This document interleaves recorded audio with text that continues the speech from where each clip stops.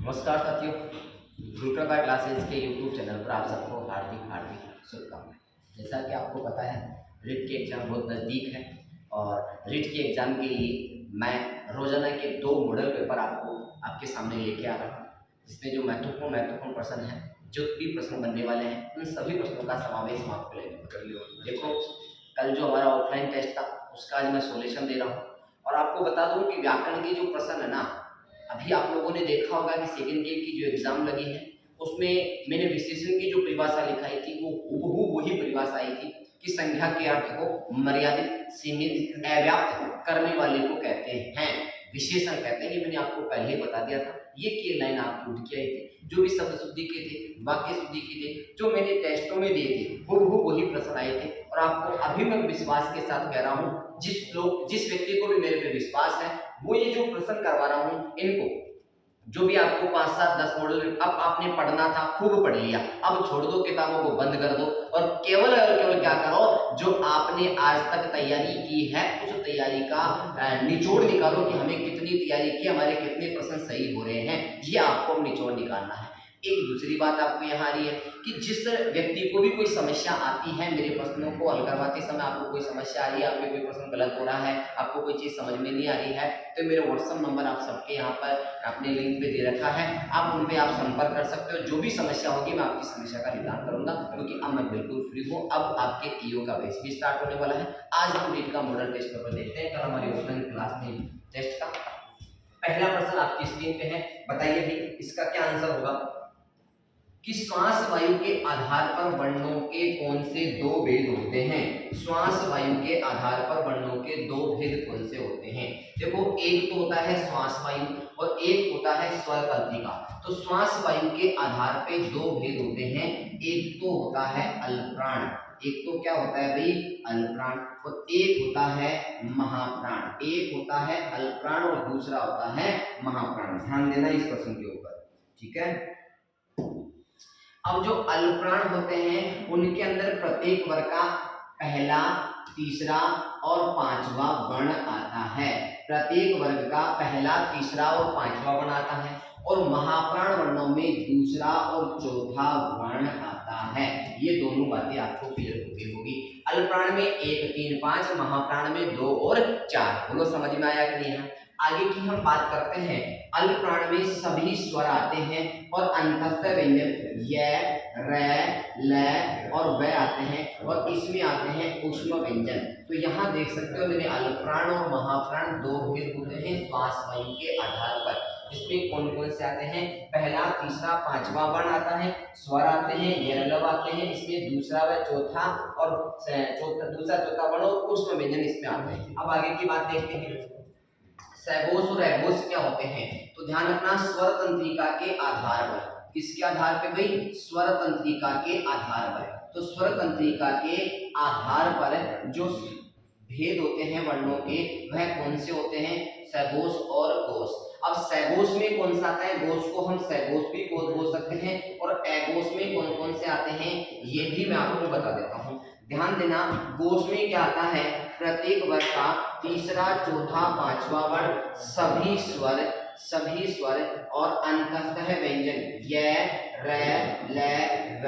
और ध्यान देना, जो उस व्यंजन का है ना, वह भी आपके इसमें आता है, गोस में आता है, सॉरी है आता है ना, वो भी गोस में आता है। एगोस की बात करें तो एगोस में आता है पहला व दूसरा वर्ण और सलगम, षट्गोण और श्लेष। ये किसमें आते हैं, स्वर तंत्रिका के आधार पर जो वर्णों के भेद होते हैं, गोस और सैगोस। ये मैंने आपको बता दूं। पूछ क्या रहा है, श्वास वायु के आधार पर वर्णों के 2 भेद कौन से होते हैं, तो अल्पप्राण और महाप्राण। अल्पप्राण में कौन से आते हैं, महाप्राण में कौन से आते हैं। तो सर ये भेद किसके होते हैं, ये भेद होते हैं स्वर तंत्रिका के आधार पर।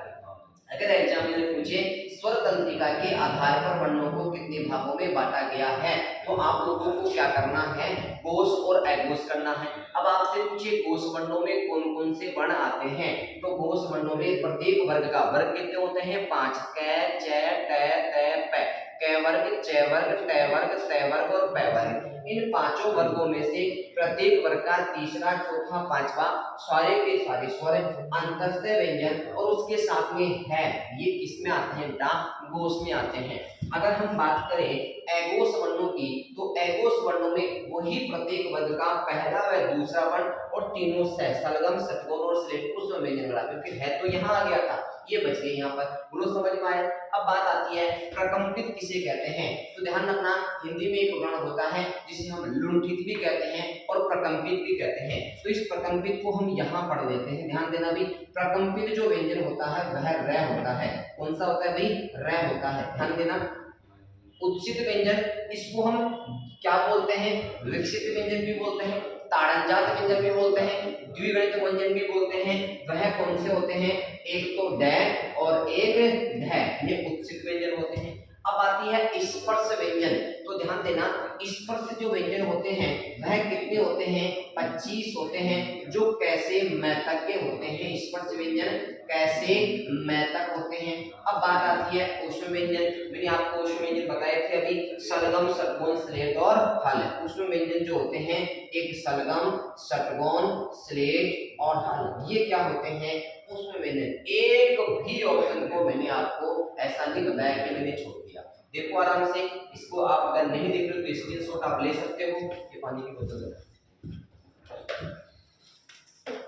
स्क्रीनशॉट ले लो भाई इस प्रश्न का। ऐसा कोई अगर आपको ऑप्शन अगर आपको अभी भी दिक्कत आ रही है तो कमेंट करके बताओ, मैं उसको भी समझा दूंगा कि भाई ये दिक्कत आ रही है।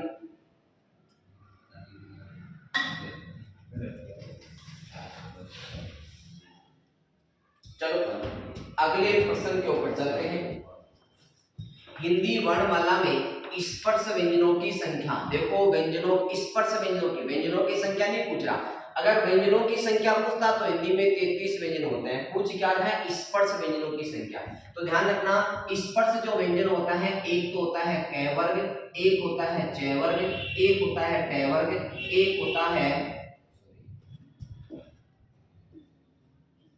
क वर्ग, च वर्ग, ट वर्ग, त वर्ग और ये 5 वर्ग होते हैं। ये पांचों वर्ग क्या होते हैं? स्पर्श व्यंजन होते हैं। अब इनमें 5 में कौन कौन से आते हैं? सारे के सारे कैसे लेकर मैं तक के, कैसे लेकर मैं तक के वर्णों को हम स्पर्श व्यंजन बोलते हैं। मैं के बाद में जो आते हैं उन्हें अंतस्थ व्यंजन बोलते हैं, य र ल व को।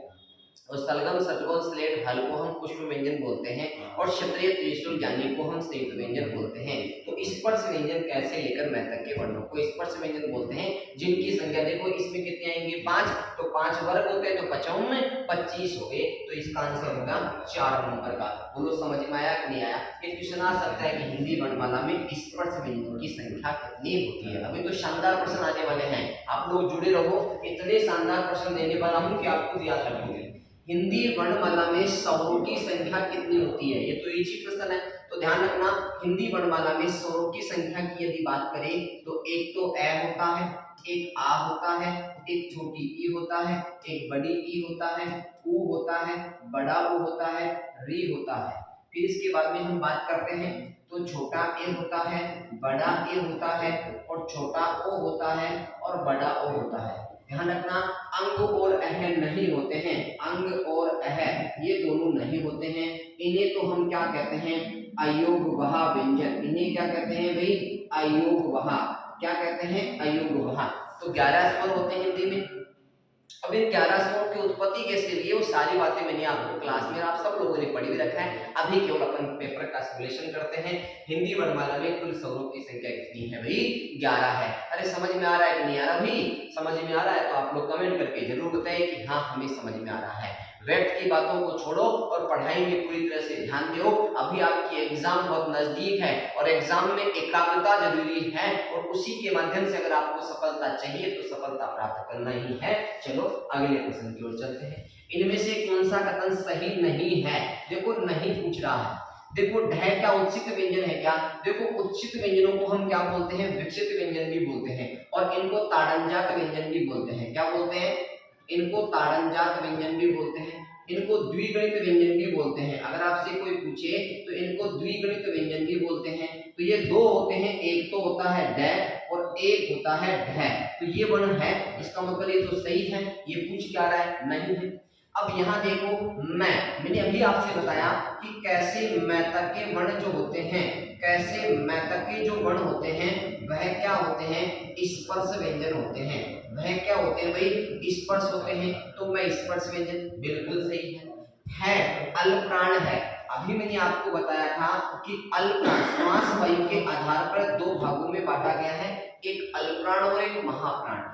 अल्पप्राण वर्णों में प्रत्येक वर्ग का, ध्यान देना, अल्पप्राण वर्णों में प्रत्येक वर्ग का पहला, तीसरा और पांचवा वर्ण, पहला, तीसरा और पांचवा वर्ण तथा सभी स्वर अल्पप्राण वर्णों में आते हैं एवं अंतस्थः व्यंजन य, र, ल, व ये अल्पप्राण में आता है। अब है तो क्या है, ऊष्म व्यंजन है, अपने आप में क्या है, ऊष्म व्यंजन। और ऊष्म जो व्यंजन है वो किस में आते हैं भाई, ऊष्म व्यंजन आते हैं महाप्राण में। ऊष्म व्यंजन किस में आते हैं भाई, महाप्राण में। ध्यान देना। तो अतः यही प्रश्न क्या हो गया, गलत हो गया और आंसर नंबर 3 आपका क्या हो गया भाई, सही हो गया। अब देखो स क्या संघर्षी है क्या, मेरी बात सुनना। अगर आपसे ये क्वेश्चन आ जाता है संघर्षी व्यंजन, तो ये देखना शलगम, षटकोण, स्लेट और हल, इन्हें हम ऊष्म व्यंजन भी कहते हैं और संघर्षी भी कहते हैं। ऊष्म व्यंजन और संघर्षी भी कहते हैं। ध्यान रखना, स्पर्श संघर्षी की बात आती है तो च वर्ग होता है। अगर मैं आपसे यहाँ लिख दूं, यहाँ लिख देता हूँ, सब लोगों को दिख रहा होगा, आप लोग एक बार देख लीजिए। स्पर्श संघर्षी की बात आती है, यहाँ देखना आप लोग अलग पेन से लिख रहा हूँ। स्पर्श संघर्षी की यदि बात आती है तो स्पर्श संघर्षी होता है च वर्ग। कौन सा वर्ग, च वर्ग। और संघर्षी की बात आती है तो ऊष्म व्यंजन होता है। और संघर्षहीन की बात आती है तो ये रह, ये जो है ना, ये जो इन्हें येकुर वेको तो अर्धस्वर कहते हैं तथा इन्हें संघर्षहीन व्यंजन भी कहते हैं, इन्हें संघर्षहीन व्यंजन भी कहते हैं। उनको समझ में आया होगा। सी नंबर का ऑप्शन का सही है। अगला प्रश्न चलते हैं, चल आगे। चलो सबको महाशिवरात्रि की हार्दिक शुभकामनाएं। ठीक है, आगे देखो, इनमें से स्वरों से संबंधित कौन सा सही नहीं है, सही नहीं पूछ रहा है कि स्वरों से संबंधित सही या नहीं कौन सा है। एक ही स्थान से उच्चारित होने वाले स्वर सहस्वर्ण होते हैं। बिल्कुल एक ही उच्चारण स्थान से उच्चारित होने वाले स्वर क्या कहलाते हैं, सवर्ण कहलाते हैं। बिल्कुल ये बात तो सही है और नहीं पूछ रहा है। उ और उ परस्पर श्रवण है, बिल्कुल उ और उ ये किसी अन्य स्वर से निर्माण नहीं होते हैं और एक ही उच्चारण से होते हैं ये इनको, तो ये भी सही है। बताओ किससे होते हैं, कमेंट करके बताओ कि कंठ से होते हैं, कि तालु से होते हैं, कि गोदा से होते हैं, कि दंत से होते हैं, कि ओष्ठ से होते हैं। ओ और ओ भी सहस्वर्ण वर्ण है, बिल्कुल गलत बात है। देखो ये छोटा ओ है ना, यह क्या है, देखो किसके द्वारा बनता है, ए या में से कोई एक हो और इधर क्या हो, उ या उ में से कोई एक हो, तो ये तो कंठ हुआ कि नहीं हुआ और ये अलग हुआ कि नहीं हुआ, तो दो स्वरों से मिलके बन रहे हैं, तो इनका ये सहस्वर्ण नहीं है, ये अस्वर्ण है। ये क्या है, अस्वर्ण वर्ण है, तो यही गलत हो गया। सी नंबर का ऑप्शन सही होगा। इसके अंदर सही नहीं पूछ रहा है क्योंकि ओ और ओ सहस्वर्ण वर्ण नहीं है, क्योंकि सहस्वर्ण वर्ण तो किसे कहते हैं कि एक स्थान से उच्चारित होने वाले स्वरों को सहस्वर्ण वर्ण कहते हैं। तो तीसरे नंबर का ऑप्शन क्या हो गया, गलत हो गया। चलो चारों ऑप्शन की व्याख्या मैंने आपको कर दी। निम्नलिखित में से अल्पप्राण वर्ण नहीं है, अल्पप्राण नहीं पूछ रहा है, तो यहाँ आपको देखना है कि अल्पप्राण नहीं पूछ रहा है। तो देखो अल्पप्राण में कौन कौन से आते हैं, प्रत्येक वर्ग का पहला, तीसरा और पांचवा वर्ण। अल्पप्राण में कौन सा आता है, प्रत्येक वर्ग का पहला, तीसरा, पांचवा वर्ण, सभी स्वर आते हैं और अंतस्थय व्यंजन आते हैं, य, र, ल, व। ठीक है, अब यहाँ देखो अल्पप्राण नहीं पूछ रहा है ना, तो सलगम, प, स और है, ये कैसे हो सकता है भाई, अल्पप्राण तो हो ही नहीं सकता इसमें। तो ये तो गलत हो गया, पहला ही ऑप्शन गलत हो गया। यहाँ प्रथम वर्ण में एक, तीन और पंचम, बिल्कुल एक, तीन, पंचम मैंने आपको कहा, ये भी सही है। ये और वह, देखो यहाँ थोड़ा है गलत आ गया, ये और वह ये भी सही है। र और ल ये भी सही है, देखो र और ल, ये और वह सब कुछ दे रखा है, केवल ये सलगम, ये तो है, ये भी है, ये नहीं है, ये उसको व्यंजन है, तो ये गलत हो गया। पहले नंबर का ऑप्शन इसमें सही होगा, जिसने भी पहले नंबर का ऑप्शन किया है तो क्या है, सही है। चलो अगले प्रश्न की ओर चलते हैं। र का विवरण है, र क्या वत्सस्य व्यंजन है क्या, बिल्कुल है, ये देखो सब में है। अब यहाँ चलो, र लुंठित व्यंजन है क्या, बिल्कुल है। पांचविक तो ल है ना, तो ये देखो ये ऑप्शन तो कट गया, ठीक है, कट गया ना। अब संघर्षी व्यंजन है क्या? संघर्षी व्यंजन तो कभी नहीं है। संघर्षी तो सलगम, षट्कोण, श्लेष और हल है, ये ऑप्शन भी काट दो। वत्स्य व्यंजन बिल्कुल है। क्या स्पर्श व्यंजन है क्या? स्पर्श व्यंजन तो कैसे लेकर मैं तक की है, तो र स्पर्श व्यंजन कहां से होगा? बिल्कुल, इसको भी काट दो। अब आगे पहले ऑप्शन के ऊपर देख लो, र वत्स्य है, बिल्कुल है। लुंठिक है क्या? बिल्कुल है। घोष, अंतस व्यंजन घोष में आते हैं। अलप्राण 1, 3, 5 और अंतस व्यंजन अलप्राण में आते हैं। अलप्राण व्यंजन, तो ये क्या हो गया? पहले नंबर का ऑप्शन क्या हो गया? सही है कि र वर्तस्य व्यंजन भी है, लुंठित या प्रकंपित भी है, सगोष भी है, अलप्राण व्यंजन भी है। सबके समझ में आ गया होगा। चलो आगे। अरे भाई सोना नहीं, आप लोगों को जल्दी जल्दी देखना है, जल्दी आइए भाई। द्वित्व का प्रयोग हुआ है, द्वित्व का प्रयोग हुआ है, यहाँ थोड़ा सा गलत हो गया, यहाँ ये आना चाहिए। द्वित्व का प्रयोग किस शब्द में नहीं हुआ है?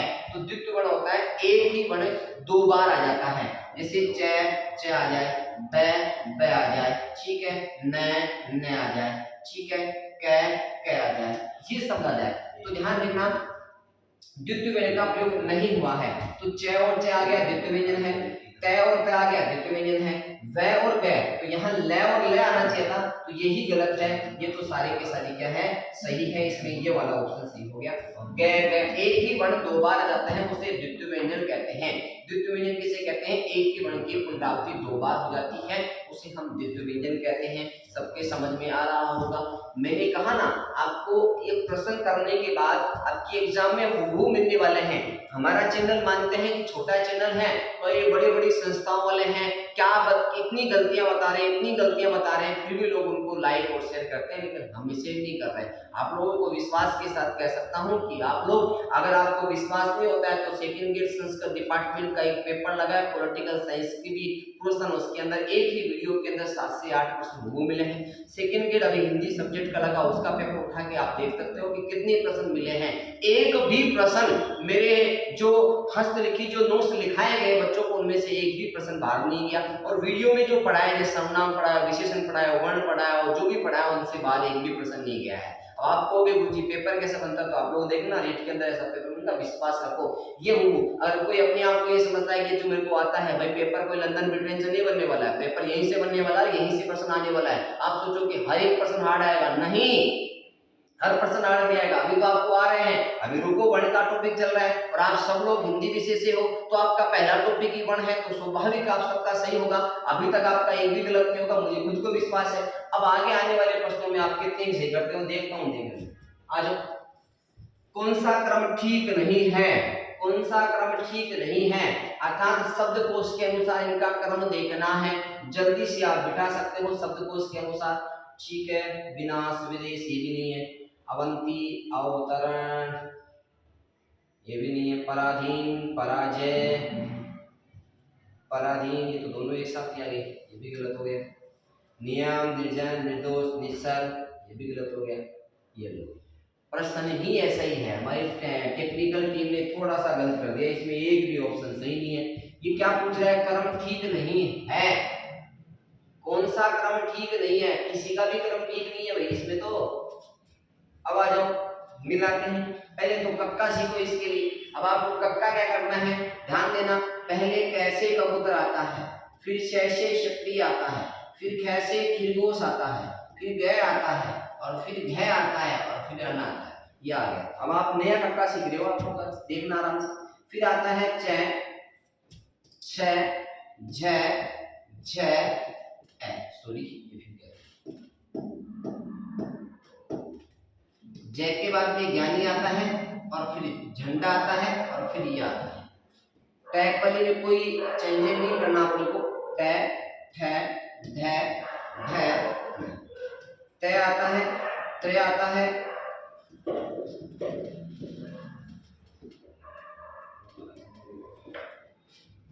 प आता है, प्र आता है,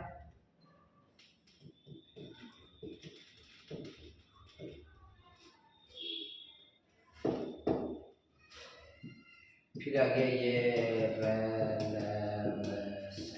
और उस में ऐसे कैसे आ गए। हमने संयुक्त व्यंजनों को जो बिठाना था मैंने आपको बिठवा दिया। अब हम देखते हैं, तो यहाँ देखना, और स्वरों के अंदर सबसे पहले कौन सा आता है, अनुस्वार, फिर कौन सा आता है, विसर्ग, और फिर क्या आता है, ए आ वगैरह चंद्र हो जाती है। तो यहाँ इसका एक भी क्रम नहीं है, इस क्रम से आप बिठा देना। इसकी एक क्लास लेने वाला हूँ मैं, शब्दकोश में सबको बिठाना, उसमें आपको समझा दूंगा इस कक्के के अकॉर्डिंग इसको बिठाया जाता है, इसको बाद में हम बात करेंगे। वर्ण किसे कहते हैं, भाषा की वह सबसे छोटी इकाई जिसके कभी टुकड़े नहीं होते हैं उसे वर्ण कहते हैं। भाषा की वह सबसे छोटी इकाई जिसके कभी टुकड़े नहीं होते हैं उसे वर्ण कहते हैं, पहली बात तो ये। और कामता प्रसाद गुरु ने क्या कहा था कि वर्ण वह मूल ध्वनि है जिसके अनंत खंड नहीं हो सकते। और आचार्य किशोरी प्रसाद वाजपेयी ने क्या कहा था कि वर्ण वह कान का विषय है जिसके अनंत टुकड़े नहीं हो सकते। तीन परिभाषा मैंने आपको बता दी, तीनों में से कोई भी परिभाषा आपके एग्जाम में आ सकती है। किसी भाषा के लघुत्तम व्यंजनों को नहीं, किसी भाषा के लघुत्तम शब्दों को नहीं, किसी भाषा के लघुत्तम सार्थक ध्वनियों को, किसी भाषा के लघुत्तम सार्थक अक्षरों को, तो सी नंबर का ऑप्शन सही होगा। ठीक है, अगले ऑप्शन में चलते हैं, अगले प्रश्न। उस ग्रंथ में 400 पृष्ठ हैं, इस वाक्य में उस शब्द है, विशेष्य है, सर्वनाम है, विशेषण है या संज्ञा है, जल्दी से बताओ भाई इनमें से कौन सा है। अब आए हैं प्रश्न, आप सबको मजा आने वाला है, जल्दी से बताओ इस प्रश्न का आंसर। आप सभी लोग जल्दी से बताओ, बताओ जल्दी बताओ। हाँ देखो यहाँ पर, यहाँ क्या है, ग्रंथ, यहाँ क्या है भाई, ग्रंथ, ग्रंथ है कि नहीं है। अब ग्रंथ, उस ग्रंथ में 400 पृष्ठ है, तो यहाँ ग्रंथ तो क्या हो गया, संज्ञा, ग्रंथ तो क्या हो गया, संज्ञा। तो अब इस ऑप्शन को तो काटो, इस ऑप्शन को तो काट दो, काट दिया क्या, काट दिया, आ जाओ। अब सर्वनाम पे चलते हैं, तो संज्ञा के स्थान पर प्रयुक्त होने वाले को सर्वनाम कहते हैं, या संज्ञा के पुनरुक्ति दोषों को दूर करने वाले शब्दों को सर्वनाम कहते हैं। तो संज्ञा के स्थान पे तो कुछ आया ही नहीं, संज्ञा खुद बैठी है, तो सर्वनाम भी कभी नहीं होगा। अब देखो यहाँ पर ग्रंथ की विशेषता बताई जाए कि उस ग्रंथ में 400 पृष्ठ है, संकेत बताया जा रहा है, तो यहाँ पर उस शब्द क्या आ रहा है, विशेषण। अब आप लोगों का किस किस का सही हुआ है जल्दी से कमेंट करके बताओ। उस ग्रंथ में 400 पृष्ठ है, इस वाक्य में उस शब्द है, विशेषण है, ये लो सी नंबर का ऑप्शन है। क्योंकि ग्रंथ शब्द संज्ञा है, तो संज्ञा तो कभी होगा ही नहीं, और संज्ञा के स्थान पर प्रयुक्त होने वाले को सर्वनाम कहते हैं, तो संज्ञा के स्थान पे कैसे प्रयुक्त, यहाँ होना चाहिए था, तो यहाँ तो है नहीं। हाँ अगर उससे आ जाता या उसमें आ जाता तो सर्वनाम होता, उसमें 400 पृष्ठ है तो उसमें सर्वनाम आ जाता, अन्यथा नहीं होता। चलो इस बात में विशेषण है, किस किस का सही हुआ जल्दी से बताओ कमेंट करके। उसने बच्चे के लिए थोड़ा और दूध मांगा, इस वाक्य में विशेषण है, इस वाक्य में विशेषण छाटना है, थोड़ा है, और है, दूध है, के लिए है। इस प्रश्न का भी आप लोग आंसर दो, जल्दी से आंसर दो, हम इतनी देर में पानी पी लेते हैं, जल्दी आंसर दो।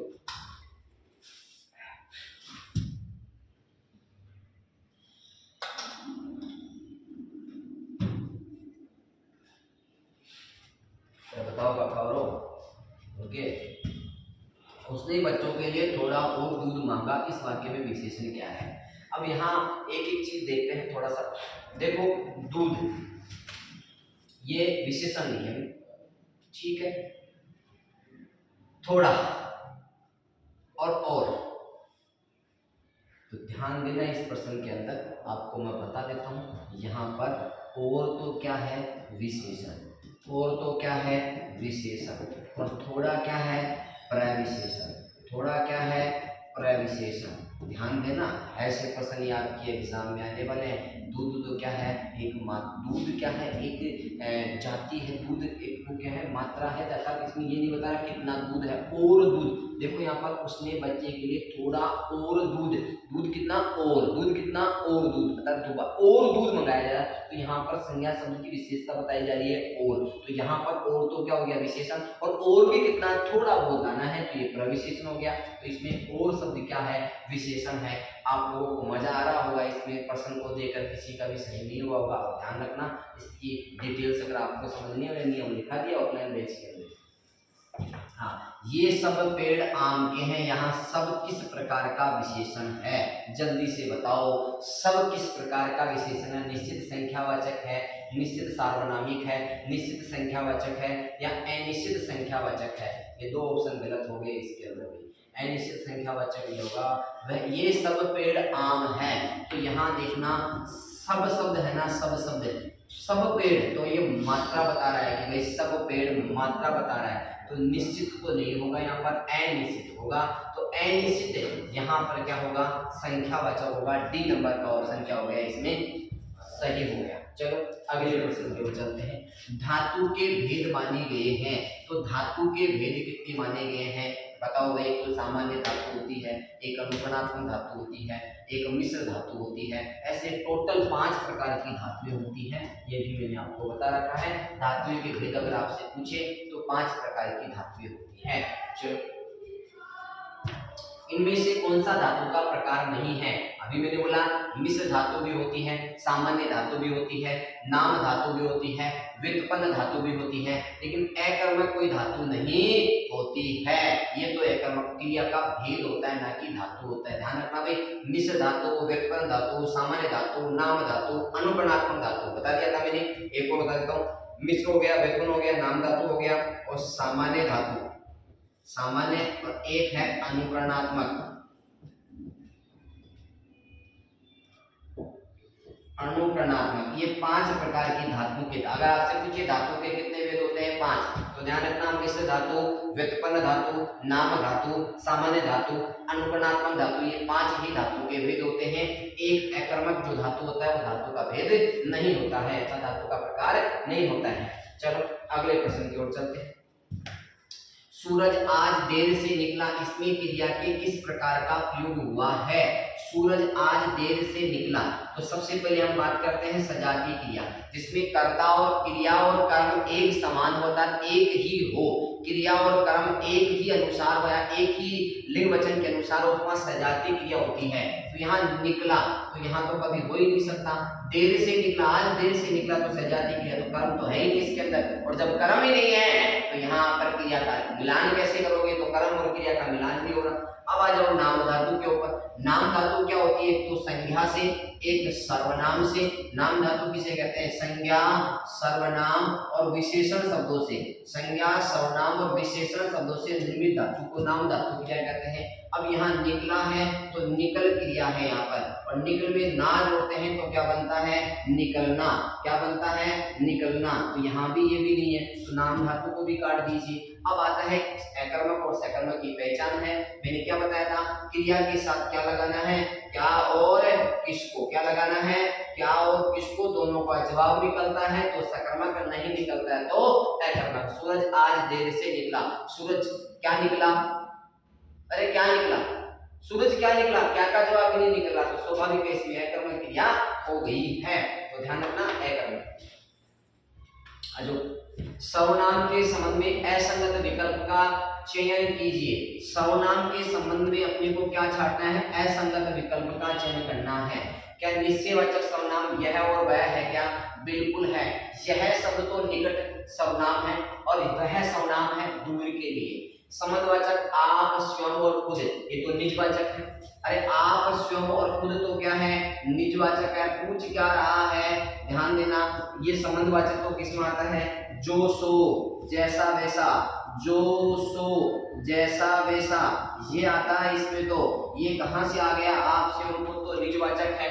मध्यम पुरुषवाचक, अर्थात मध्यम पुरुषवाचक की पहचान मैंने बताया था आपको, तैसे और ऐसे प्रारंभ होने वाले, तू, तुम, तुम्हारा, तुम्हें, तुमको, आप, आपका, आपको, आपसे, ये सब किसमें आते हैं, मध्यम पुरुष में। प्रश्नवाचक में कौन और क्या, बिल्कुल सही है।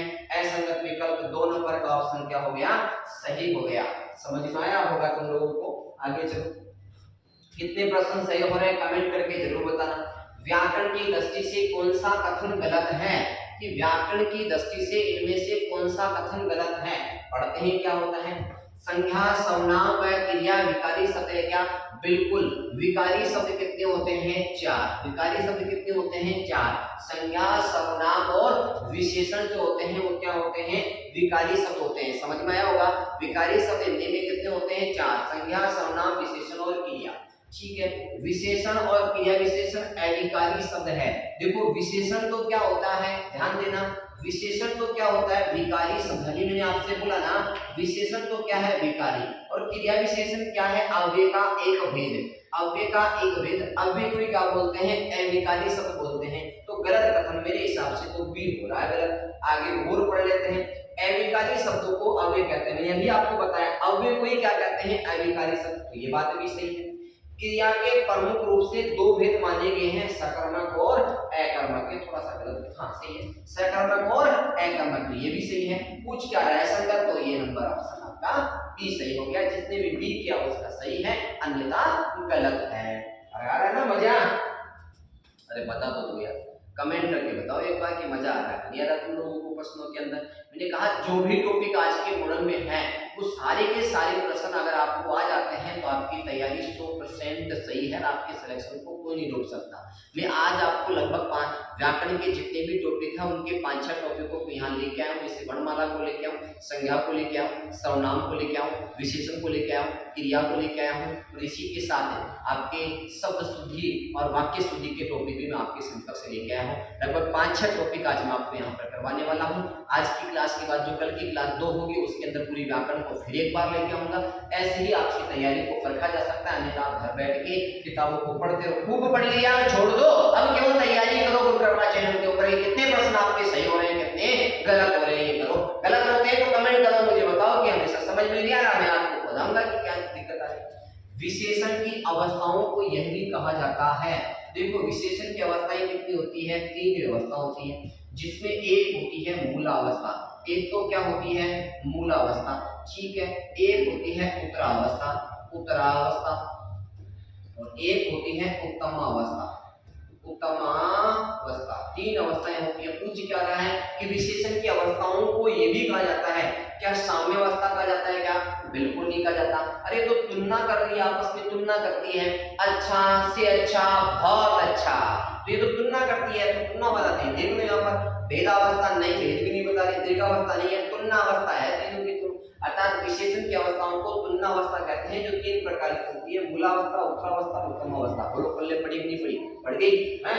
ले लो फिर स्क्रीनशॉट, क्या दिक्कत है, डरते हुए हैं? अरे तुम सबको आता है, सारी चीजें आती है तुम लोगों को, बस आपके अंदर भय बैठा हुआ है कि हाँ मैं करूंगा, करूंगी, नहीं कर पाऊंगी। करो ये सब लोग का सिलेक्शन पाओगे। प्रयोग के आधार पर निश्चित संख्यावाचक विशेषण का भेद नहीं है। प्रयोग के आधार पर निश्चित संख्यावाचक विशेषण का भेद नहीं है। निश्चित संख्यावाचक पूछ रहा है यहाँ, ठीक है। आ जाओ भाई। निश्चित संख्यावाचक 2 प्रकार का होता है। पहले तो मैं आपको बता दूं कि निश्चित संख्यावाचक विशेषण होता है वो 2 प्रकार का होता है। एक तो होता है पूर्ण निश्चित संख्यावाचक। एक तो क्या होता है भाई, पूर्ण निश्चित संख्यावाचक, पूर्ण निश्चित संख्यावाचक, पूर्ण निश्चित संख्यावाचक। आ जाओ। और एक होता है अपूर्ण निश्चित संख्यावाचक, अपूर्ण निश्चित संख्यावाचक। अब इसमें तो क्या आता है, दशमलव, दशमलव तथा भिन्न वाली संख्या, दशमलव तथा भिन्न वाली संख्या। जैसे मैंने आपसे कह दिया 2 सही 1/2, या फिर कह दिया 1.25 लाख रुपए, 1.25 लाख रुपए, तो ये भी क्या है, दशमलव वाली, और ये भिन्न वाली संख्या है। और पूर्ण निश्चित संख्यावाचक जो होता है, निश्चित संख्यावाचक कितने प्रकार का होता है? पहले तो मैं आपको कहूं कि विशेषण जो होते हैं वो 4-5 प्रकार के मुख्यतः होते हैं। उसमें होता है गुणवाचक विशेषण। बताओ आपको, अरे बताया जाए क्या? चलो पहले बता ही देते हैं आप लोगों का, अगर आपको समझ में नहीं आ रहा इधर आ जाओ, समझ में आ रहा होगा तुम सब लोगों को। विशेषण के भेद होते हैं, पहले तो विशेषण के भेद होते हैं 5। इसमें एक होता है गुणवाचक, एक तो कौन सा होता है भाई, गुणवाचक। एक दूसरा होता है संख्यावाचक, कौन सा होता है भाई, संख्यावाचक, ठीक है। तीसरा होता है परिमाणवाचक, तीसरा कौन सा होता है, परिमाणवाचक, ठीक है। और चौथा कौन सा होता है, संकेतवाचक या सार्वनामिक वाचक, संकेतवाचक। और 5वां कौन सा होता है भाई, व्यक्तिवाचक, 5वां कौन सा होता है, व्यक्तिवाचक। 5 भेद हो गए। अब चलो आगे चलते हैं, आगे चलते हैं। हमारी बात आती है 5 हो गए, 5 भेद। अब हमें गुणवाचक के कितने भेद होते हैं, 11 भेद होते हैं। अरे 11 भेद होते हैं कि नहीं होते हैं, आकार, अवस्था, दोष, दिशा, दशा, सब बताएंगे। संख्यावाचक विशेषण 2 प्रकार का होता है, एक निश्चित संख्यावाचक और एक अनिश्चित संख्यावाचक। अब हमें क्या पूछ रहा है, निश्चित संख्यावाचक। निश्चित संख्यावाचक भी कितने प्रकार का होता है, 2 प्रकार का होता है, पूर्ण निश्चित संख्यावाचक और अपूर्ण निश्चित संख्यावाचक। पूर्ण निश्चित संख्यावाचक क्या होता है उसको भी जानेंगे, अपूर्ण को भी कहेंगे। अगर अपूर्ण में कोई भिन्न वाली संख्या जाती है या दशमलव वाली संख्या जाती है तो वो होता है अपूर्ण निश्चित संख्यावाचक, और बिना भिन्न तथा बिना दशमलव वाली संख्या आती है उसे हम कहते हैं पूर्ण निश्चित संख्यावाचक। अब पूर्ण निश्चित संख्यावाचक के भी कितने भेद होते हैं? 7 भेद होते हैं। कितने भेद होते हैं? 7 भेद होते हैं। अब 7 भेद कौन से होते हैं? एक तो क्रमवाचक होता है, एक मैं आपको सारे बताता हूं यहाँ पर,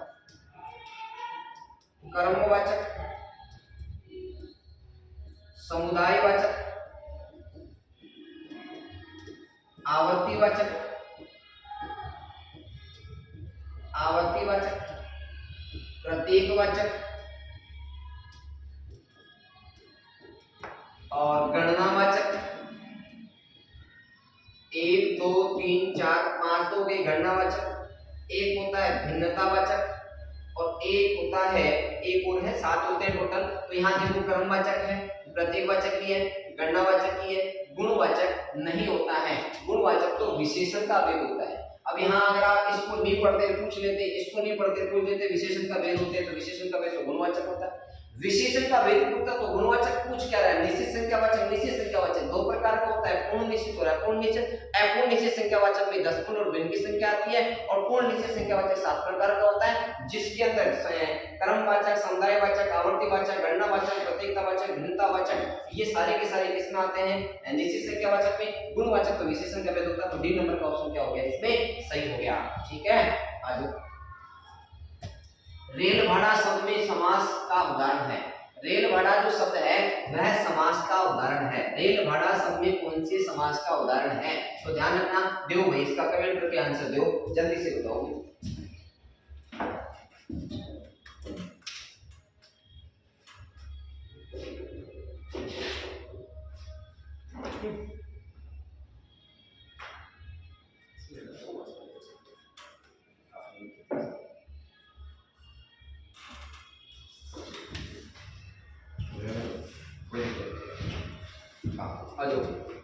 रेल भाड़ा शब्द में कौन सा समास है? रेल के लिए भाड़ा, तो यहाँ तो कौन सा हो गया? रेल के लिए भाड़ा संप्रदान तत्पुरुष समास हो गया। तो इसमें 1 नंबर का ऑप्शन सही हो गया, संप्रदान तत्पुरुष समास हो गया। रेल के लिए भाड़ा, ध्यान रखना, रेल भाड़ा संप्रदान तत्पुरुष समास हो गया।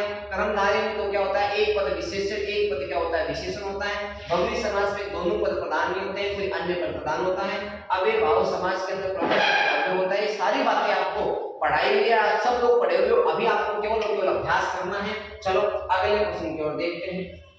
जिस समास में सामासिक पद के दोनों पदों में विशेषण विशेष, अभी मैंने बोला विशेषण विशेष और उपमेय उपमान का जो भेद होता है वो कर्मधारय समास में होता है, मैंने आपको बोला। अब कर्मधारय ऑप्शन में किसमें? देखो द्विगु समास में तो क्या होता है? संख्यावाची होता है। पहला पद क्या होता है? संख्यावाची, कभी कभी दूसरा भी हो सकता है। और 1 से 10 तक की संख्याओं में द्विगु समास होता है, तथा 10 की गुणज संख्याओं में संख्यावाचक होता है। तथा जिस संख्या के अंत में 9 लिखा होता है, जिस संख्या के अंत में 9 लिखा होता है उसमें भी कौन सा होता है? द्विगु समास ही होता है। द्वंद्व समास में दोनों पद आपस में प्रधान होंगे, एक दूसरे के विलोम होंगे, समाहार का बोध होगा। 3 प्रकार के होते हैं द्वंद्व समास, ध्यान रखना, मैंने पढ़ा रखा है। द्वंद्व समास कितने प्रकार के होते हैं? 3 प्रकार के, इतरेतर द्वंद्व समास, वैकल्पिक द्वंद्व समास और समाहार द्वंद्व समास। फिर बोल रहा हूं, द्वंद्व समास 3 प्रकार के होते हैं, इतरेतर, वैकल्पिक और समाहार द्वंद्व समास। अब पूछ क्या रहा है? विशेष से विशेषण और उपमेय उपमान का भेद किसमें होता है? कर्मधारय समास में, जिसको समानाधिकरण तत्पुरुष समास भी कहते हैं। ध्यान रखना, समानाधिकरण तत्पुरुष समास भी कहते हैं। समानाधिकरण तत्पुरुष समास भी कहते हैं किसे? कर्मधारय समास को। किस विकल्प में सभी शब्द तत्पुरुष समास से निर्मित है? तत्पुरुष समास से निर्मित कौन कौन से हैं? हर दिन हो गया इसमें अव्ययीभाव समास, आशातीत, कवियों में श्रेष्ठ, ये अधिकरण तत्पुरुष समास हो गया। गृहस्थ, घर में स्थित, तत्पुरुष समास। हर कौन बोला? हर से कौन बोला? कपड़चन, कपड़े को कपड़े से छिन्न वाला, तो इसमें 2 नंबर का ऑप्शन सही, सभी में तत्पुरुष समास। इसमें अव्ययीभाव समास हो गया। देश भक्ति, ग्रामवास, अररोज, राजपुत्र, इसमें 2 नंबर का ऑप्शन है। इनमें से किस विकल्प में सभी शब्द कर्मधारय समास है? सभी शब्द क्या पूछ रहा है? कर्मधारय। निशाचर, हुक्मनामा, पन भरा, छुट गया, शुभागमन, चरण कमल, गृहस्थ और देश बस्ती। बताओ जल्दी से। यहाँ देखो, शुभागमन कर्मधारय समास है, चरण रूपी कमल कर्मधारय समास है, पन भरा इसमें नहीं है, छुट गया छोटा है जो भैया, इसमें तत्पुरुष समास है, यही होगा 3 नंबर का ऑप्शन। सारे एक ही प्रश्न है, समास तो तुम सब लोगों को आता है। द्वंद्व समास का उदाहरण है शीत और उष्ण, शीत और उष्ण, तो शीत और उष्ण 2 हो गए इसके अंदर, वो सलाह में नहीं है, प्रत्यक्ष में भी नहीं है, अक्षी है, आंख के सामने जो है, मन से चाहो, छोड़ो इसको सब। महाकवि, महान है जो कवि, कर्मधारय समास होना चाहिए, कवि की विशेषता बता रहा है कि तो महान है, यहाँ कर्मधारय समास 1 नंबर का ऑप्शन सही है। ये तो आप सब लोगों को आता होगा भाई। यथासंभव, ध्यान रखना भाई, यथासंभव में कौन सा समास है, यथाशक्ति, यथा अव्यय शब्द है और बावी अव्यय शब्द होता है, और यथा अव्यय शब्द जहां पर आता है वो अव्यय भाव समास होता है। 1 नंबर का ऑप्शन क्या हो गया इसमें सही हो गया, यथासंभव वाला। ठीक है, आगे संज्ञा के पुनरुक्ति दोषों को दूर करने के लिए करने वाले को कहते हैं, तो संज्ञा के पुनरुक्ति दोषों को दूर करने वालों को क्या कहते हैं, बताओ जल्दी से। बहुत शानदार प्रश्न है। अरे विशेषण कहते हैं क्या, संज्ञा सर्वनाम की विशेषता बताने वाले शब्दों को विशेषण कहते हैं, तथा संज्ञा के अर्थ को सीमित, मर्यादित, अव्याप्त करने वाले शब्दों को भी विशेषण कहते हैं, जो आपके संस्कृत डिपार्टमेंट वाले एग्जाम में प्रश्न आ चुके हैं। क्रिया, जिस वाक्य में किसी कार्य का करना या होना पाया जाए उसे क्रिया कहते हैं। सर्वनाम, संज्ञा के स्थान पर प्रयुक्त होने वाले शब्दों को सर्वनाम कहते हैं। पदबंध, ये तो 5 प्रकार के होते हैं जो पदों का बंध होता है, ध्यान रखना, संज्ञा, सर्वनाम, विशेषण, क्रिया, इनके साथ जुड़ना, होना, वाक्य को एक साथ जोड़ना, उसे पदबंध कहते हैं। हम क्या पूछ रहे हैं, संज्ञा के पुनरुक्ति दोषों को दूर करने के लिए किसका प्रयोग करते हैं, सर्वनाम का प्रयोग करते हैं। ये मैंने आपको परिभाषा लिखा रखी है। ठीक है, अगले प्रश्न की ओर चलते हैं। चित्राक्षी चेष्टा हिंदी पुस्तक पढ़ती है, चित्राक्षी चेष्टा हिंदी पुस्तक पढ़ती है, रेखांकित पद में संज्ञा है कि जो चित्राक्षी है वह चेष्टा हिंदी पुस्तक का नाम है, चेष्टा हिंदी पुस्तक पढ़ रही है, रेखांकित पद में कौन सा समास है, व्यक्तिवाचक। ध्यान रखना भाई, अब यहाँ देखो पुस्तक है जातिवाचक, लेकिन चेष्टा हिंदी पुस्तक पढ़ रही है, विशेष हुई कि नहीं हुई, तो यहाँ पर व्यक्तिवाचक संज्ञा हो जाएगी भाई। ठीक है, अगले प्रश्न की ओर चलते हैं। सूर्य भाववाचक संज्ञा बनी है, सूर कैसा आदमी है, सूर आदमी है, और सूर कैसा कैसी के साथ पहचान होती है, विशेषण की, तो ये तो विशेषण से बना है, सूर शब्द विशेषण है जिससे सूर्य एक भाववाचक संज्ञा बनी है। ये प्रश्न को देख लेना आप लोग। किस विकल्प में भाववाचक संज्ञा है, गरीबी, कश्मीरी, संतरा, सेव। देखो संतरा सेव तो क्या है, जातिवाचक संज्ञा, संतरा और सेव तो क्या है भाई, जातिवाचक संज्ञा।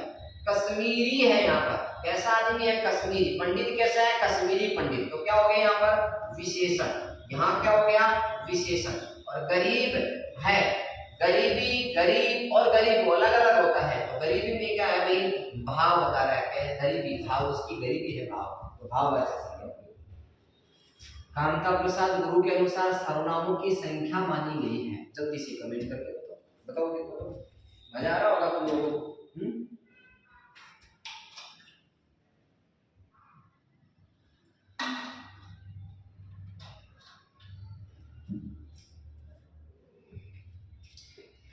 कि बुलंदियों की चोटी पर हर बार पहुंचना है, सारी कोशिशों को जीत कर द्वार पहुंचना है, मैंने अपने लहू से तेरी उम्मीदों को सींचा है, अब तू है वो जिसको मंजिल के पार पहुंचना है।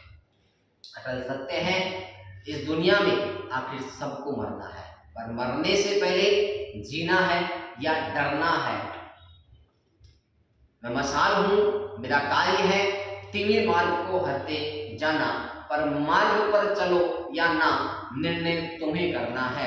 अब ये प्रश्न का आंसर तो आपको ही देना है। आ जाओ। कामता प्रसाद गुरु के अनुसार सर्वनामों की संख्या क्या 6 होती है। देखो सर्वनामों के भेद की बात करते हैं, तो सर्वनामों के भेद की बात करते हैं तो 6 होते हैं। अब 6 भेद कौन कौन से होते हैं, एक तो होता है पुरुषवाचक, एक तो कौन सा होता है भाई, पुरुषवाचक, ठीक है हो गया। एक होता है निश्चयवाचक, निश्चयवाचक, एक होता है अनिश्चयवाचक, एक होता है प्रश्नवाचक, एक होता है संबंधवाचक और एक होता है निजवाचक। ये तो सर्वनाम के भेद हैं। लेकिन पूछ क्या रहा है, कांता प्रसाद गुण के अनुसार सर्वनामों की संख्या कितनी मानी गई है? तो सर्वनामों की संख्या कितनी मानी गई है? 11। ध्यान रखना, सर्वनामों की संख्या में तुमको मूल सर्वनाम नहीं माना गया है। एक तो है मैं, एक है तू। मैं, तू, यह, वह, जो, सो, कैसा, क्या, कौन, ये सब किसमें आएगा? कोई और कुछ, ये किसमें आएंगे भाई? मूल सर्वनामों में 11। चलो अगले प्रश्न की ओर चलते हैं। इनमें से कौन सा मध्यम पुरुषवाचक सर्वनाम? मध्यम पुरुषवाचक सर्वनाम की पहचान मैंने बताई थी, तैसे और ऐसे शुरू होने वाले सर्वनाम सब किसमें आएंगे? मध्यम पुरुषवाचक सर्वनाम में। तो आप नहीं पूछ रहे क्या? नहीं है। देखो ऐसे शुरू हो रहा है आप, तैसे शुरू हो रहा है तय, और इन दोनों से शुरू नहीं हो रहा है तो ये काट दो। तैसे शुरू हो रहा है ये, तो इसमें सी नंबर का ऑप्शन सी हो गया। पुरुषवाचक नहीं आएगा, ये तो निश्चयवाचक सर्वनाम है। चलो, आप नहीं जानते रमेश अपने आप नहीं जानते, आप नहीं जानते रमेश अपने आप सारे काम कर लेता है। तो यहाँ पर एक तो सर्वनामीय है और एक सर्वनामीय है। अब ये तो कौन सा है? मध्यम पुरुषवाचक सर्वनाम है। ये तो कौन सा है? आप नहीं जानते रमेश अपने आप काम कर लेगा। यहाँ तो अपने आप निजवाचक नहीं है। आप नहीं जानते रमेश अपने आप सारे काम कर लेता है, इस वाक्य में है। तो ध्यान रखना, आप नहीं जानते,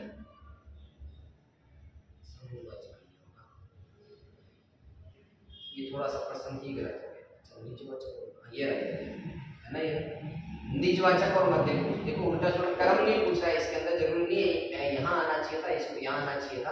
अर्थात ये तो मध्यम पुरुष है और ये क्या है? निजवाचक सर्वनाम है। बी नंबर का ऑप्शन इसमें क्या होगा? सही होगा। चलो अगले प्रश्न की ओर चलते हैं। निजवाचक सर्वनाम का उदाहरण है। निजवाचक सर्वनाम में देखो, निजवाचक में क्या आता है? एक तो अपने आप आता है, अपने आप आता है, एक आता है स्वयं, और एक आता है खुद। अगर आपको कहीं भी ये शब्द दिख जाए, आपको क्या करना है? निजवाचक अवजोग मिलाओ। हम किसी का कुछ नहीं बिगाड़ सकते, कहीं नहीं दिख रहा है भाई साहब इन दिनों में से। हमें अपना काम स्वयं करना चाहिए। यो आगो में स्वयं तो लगाओ टिक, क्यों दिक्कत आ रही है? अरे ठीक है, कौन आ रही है? लगाओ दोनों पर काम से। अच्छा सोया ओके, सो मत यार, थोड़ा तो पढ़ ले। कौन सा सर्वनाम अति निकटता तथा अनादर सूचक शब्द के लिए प्रयुक्त होता है? तो अति निकटता तथा अनादर सूचक शब्द के लिए, जैसे मैंने आपको बोला, आप क्या कर रहे हो? रजाई में हो, बाहर हो, पढ़ रहे हो, क्या कर रहे हो? तो क्या कर रहे हो? तो तू शब्द थोड़ा सा ऐसे अनादर सूचक शब्द लगता है, तो यहाँ पर तू शब्द आएगा, जिसे अति निकटता तथा अनादर सूचक शब्द कहते हैं। ध्यान रखना, तुम नहीं है, क्या नहीं है। गुणवाचक विशेषण से संबंधित वाक्य नहीं है। अब गुणवाचक से संबंधित वाक्य नहीं है। यह पुस्तक मेरी है, गुणवाचक विशेषण से संबंधित यह पुस्तक मेरी है ना। समारोह में अनेक लोग उपस्थित हुए ना। बालक पहली कक्षा में पढ़ता है ना। हमें कपटी व्यक्ति से दूर रहना चाहिए। कैसे व्यक्ति से? कपटी व्यक्ति से दूर रहना चाहिए। तो विशेषण तो इसी में है। गुण बता रहा है कि कैसा गुण है उसका? कपटी व्यक्ति। फोन नंबर ऑप्शन इसमें क्या हो जाएगा? सही हो जाएगा। चलो, संज्ञा शब्दों को मर्यादित, सीमित, अव्याप्त करने वाले शब्दों को कहते हैं। ये प्रश्न आपके एग्जाम में मैं कई बार बोल चुका, अब तक जो पढ़ा रहा हूँ 38 प्रश्नों में, तब तक मैंने आपको 10 बार इसकी परिभाषा बोल दी है। मर्यादित, सीमित और अव्याप्त करने वाले को हम क्या कहते हैं? विशेषण कहते हैं। चलो, संज्ञा शब्द, इतिहास, उपेक्षा, मूल शब्द शब्दों, मूल संज्ञा शब्द के सही विशेषण विकल्प को छाटिए। छाटो भाई, अरे बेगा सा छाटो। ऐसे प्रश्न दे रहा हूं कि आपके एग्जाम में हूबहू चिपकने वाले हैं। मुझे बताओ सर्वनाम विशेषण के प्रश्न आपको कैसे लग रहे हैं? कमेंट करके जरूर बताइए। संज्ञा शब्द, इतिहास, उपेक्षा, मूल संज्ञा शब्द के सही विशेषण विकल्प को छाटना है। तो यहाँ देखो, इतिहास से ऐतिहासिक बनता है और उपेक्षा से उपेक्षित बनता है। तो यहाँ पर हो गया बी नंबर का ऑप्शन सी हो गया, क्योंकि ये भी गलत है, ये भी गलत है। यहाँ पर ये डबल मात्रा, ये गलत हो गया। यहाँ पर क्या हो गया? सार्वनामिक विशेषण का उदाहरण है, वह आदमी हंसता है, काला कुत्ता भौंक रहा है, यहाँ तो कुत्ते गुण बता रहा है। ठीक है, सीता अच्छी औरत है, यहाँ कोई संबंध नहीं बता रहा है। वह आ रहा है, इसमें भी नहीं आया। वह आदमी हंसता है। निम्न में से संगत युग्म को छाटिए। संगत युग्म सही कौन सा है इनमें से? अब बताओ भाई, अब तो बताते हो। आ जाओ। चौथी शादी की सालगिरह मुबारक हो, सही है क्या? अधिकतर हिंदी के लेखक निर्धन है, उन्होंने नेताजी को एक फूलों की माला पहनाई। यहाँ केवल 2 पुस्तकें रखी हैं, इनमें से एक सही है और 3 गलत है। अब आप 3 के सही है, 3 कैसे गलत है वो भी पूछो, बताओ भाई। देखो चौथी शादी की, भाई साहब आजकल एक शादी कर रहे थे, चौथी शादी कर रहे चुके हैं।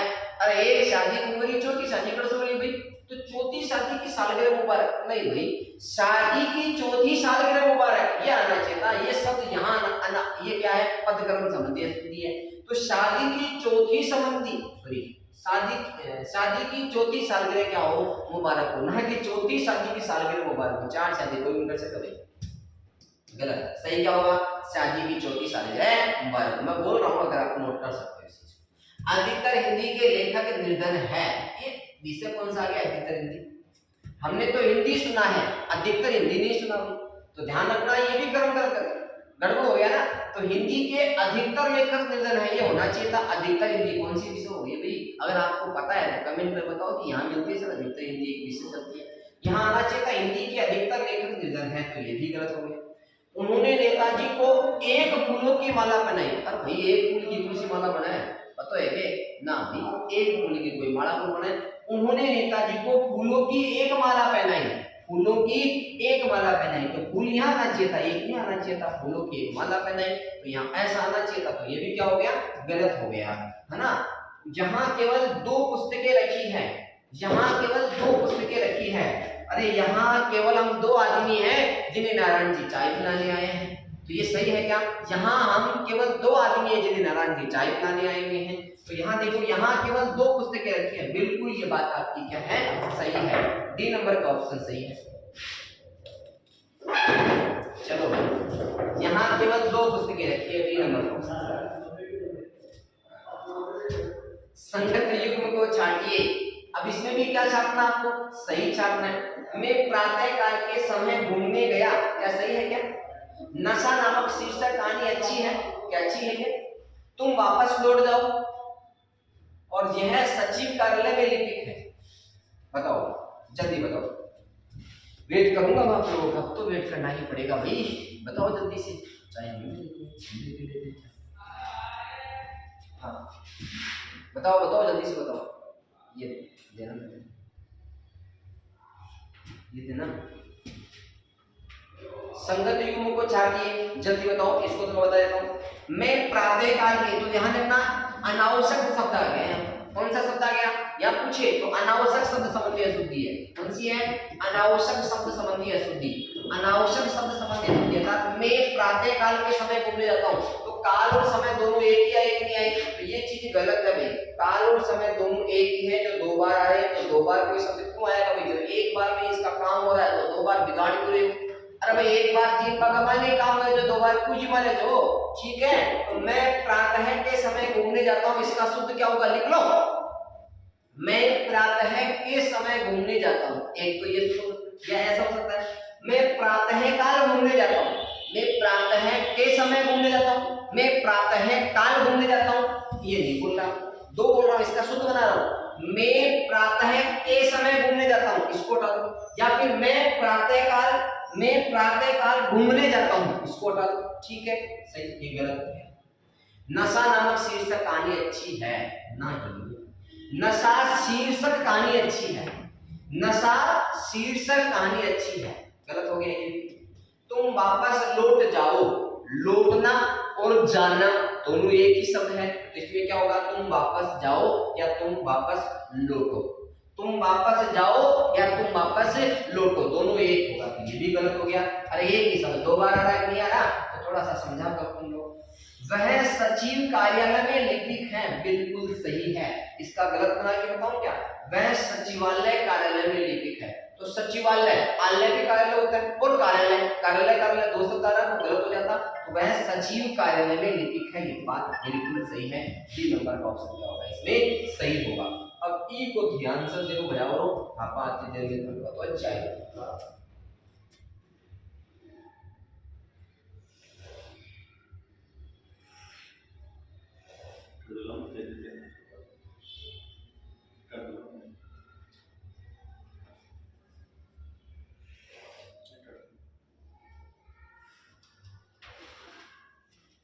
संगत युग्म छाटी इनमें भी क्या करना है, सही छाटना है। श्याम सज्जन पुरुष है, विंध्याचल पर्वत हिमालय से श्रेष्ठ है। श्याम ने उससे प्रश्न पूछा, मैंने तुम्हारी बहुत प्रतीक्षा की। ओ बेबूस बताओ भाई, जल्दी बताओ, आ जाओ। श्याम सज्जन पुरुष बिल्कुल गलत है। देखो जन और पुरुष एक ही शब्द दो बार आया नहीं आया, तो अनावश्यक पद संबंधी अशुद्धि है। इसमें क्या होगा, श्याम सज्जन है या फिर श्याम सत्पुरुष है। श्याम सत्पुरुष है या श्याम सज्जन है। अरे जन में से भी पुरुष होता है, पुरुष में तो है ही है ना पुरुष, तो पुरुष और पुरुष दो बार आ गया क्या। यहाँ देखो श्याम सत में अच्छा, श्याम अच्छा पुरुष पुरुष है, तो गलत है कि नहीं है। श्याम अच्छा पुरुष पुरुष है, आप लोगों को लिखने में तो सही दिख रहा है लेकिन गलत है, ध्यान देना इस प्रश्न के ऊपर, गलत है। विंध्याचल, अंचल किसको बोलते हैं, पर्वत को, और पर्वत पर्वत देखो विंध्य पर्वत पर्वत हिमालय से श्रेष्ठ है। एक शब्द एक बार में काम करे, चाहे दो बार क्यों बिठाया हो भाई। विंध्य पर्वत पर्वत, अंचल का अर्थ क्या होता है, पर्वत, अंचल का अर्थ क्या होता है, पर्वत। तो यहाँ अंचल अंचल दो बार आ रहा है, नहीं आ रहा, तो भाई साहब गलत हुआ कि नहीं हुआ, ये गलत हो गया। हाँ इसका सूत्र बनाओ गुरुजी, बनाओ ना। विंध्याचल हिमालय से श्रेष्ठ है, या तो ये बोलते, या विंध्य पर्वत हिमालय से श्रेष्ठ है। विंध्य पर्वत हिमालय से श्रेष्ठ है या विंध्याचल हिमालय से श्रेष्ठ है, दोनों बातें सही होगी, गलत है। श्याम ने उससे प्रश्न पूछा, देखो पहली बात तो ध्यान रखना, प्रश्न पूछा नहीं जाता है, प्रश्न किया जाता है। प्रश्न पूछा नहीं जाता है, प्रश्न किया जाता है। तो यहाँ की क्या संबंधी अशुद्धि हो गई, ध्यान रखना भाई। मैंने तुम्हारी प्रतीक्षा देखी, अगर आ जाता तो गलत होता। मैंने तुम्हारी प्रतीक्षा की, प्रतीक्षा देखी नहीं जाती है, प्रतीक्षा की जाती है। तो ये डी नंबर का ऑप्शन इसमें क्या है, सही है। आ जाओ, आ जाओ। असंगत है, अब ये में भी गलत बताना है भाई। हाँ बताओ। अच्छा अच्छा अच्छा, इसमें थोड़ा सा मिस हो गया भाई। अब आप कहोगे कुछ ऐसे क्या कर रहे हो, हैं?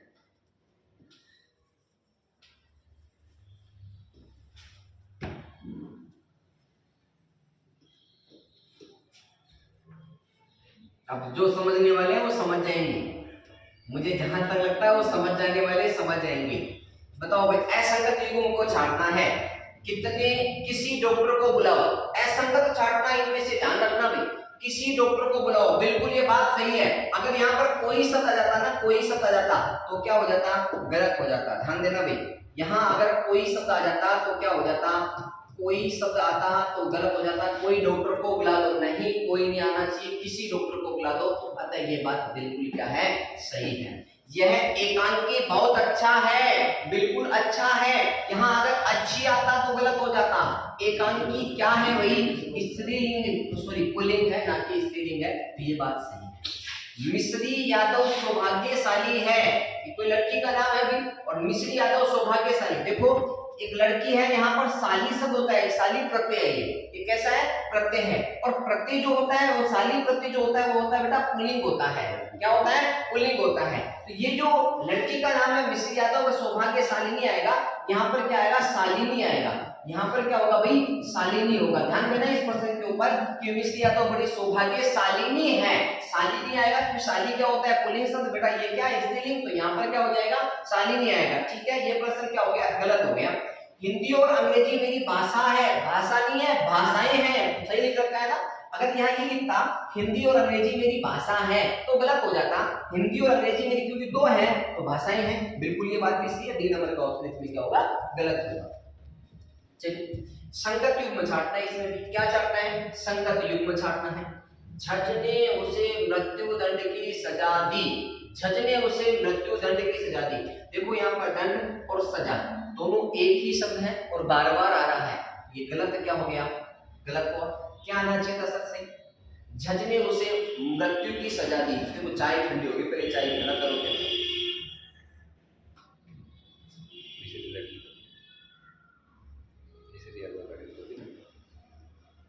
हमारी नजर में तो है। आ जाओ, जज ने उसे मृत्यु की सजा दी, ठीक है, या जज ने उसे मृत्यु दंड दिया। जज ने उसे मृत्यु दंड दिया, सजा नहीं आएगी, या जज ने उसे मृत्यु की सजा दी, दंड नहीं आएगा, तो गलत हो गया। संगति छोड़ना ना। हाँ, वह शनिवार के दिन व्रत रखता है, तो वार और दिन एक ही तो होता है, एक ही शब्द बार बार आ रहा है। वह शनि के दिन व्रत रखता है, इसका शुद्ध ऐसा होना चाहिए था, यहाँ ऐसा होना चाहिए वह शनिवार का व्रत रखता है, वह शनिवार का व्रत रखता है, दिन नहीं आएगा, या वह शनि के दिन व्रत रखता है, ये भी क्या हो गया गलत। उसने मुझसे प्रश्न पूछा, मैंने अभी तो आपको बोला था प्रश्न पूछा नहीं जाता है, प्रश्न किया जाता है, ठीक है, तो ये भी गलत हो गया। उसने मुझे गाली दी या गाली निकाली, उसने मुझे गाली निकाली, अगर निकाली शब्द आता तो क्या होता, गलत हो जाता, और उसने मुझे गाली दी ये बिल्कुल सही है, गाली दी जाती है, निकाली दी जाती है।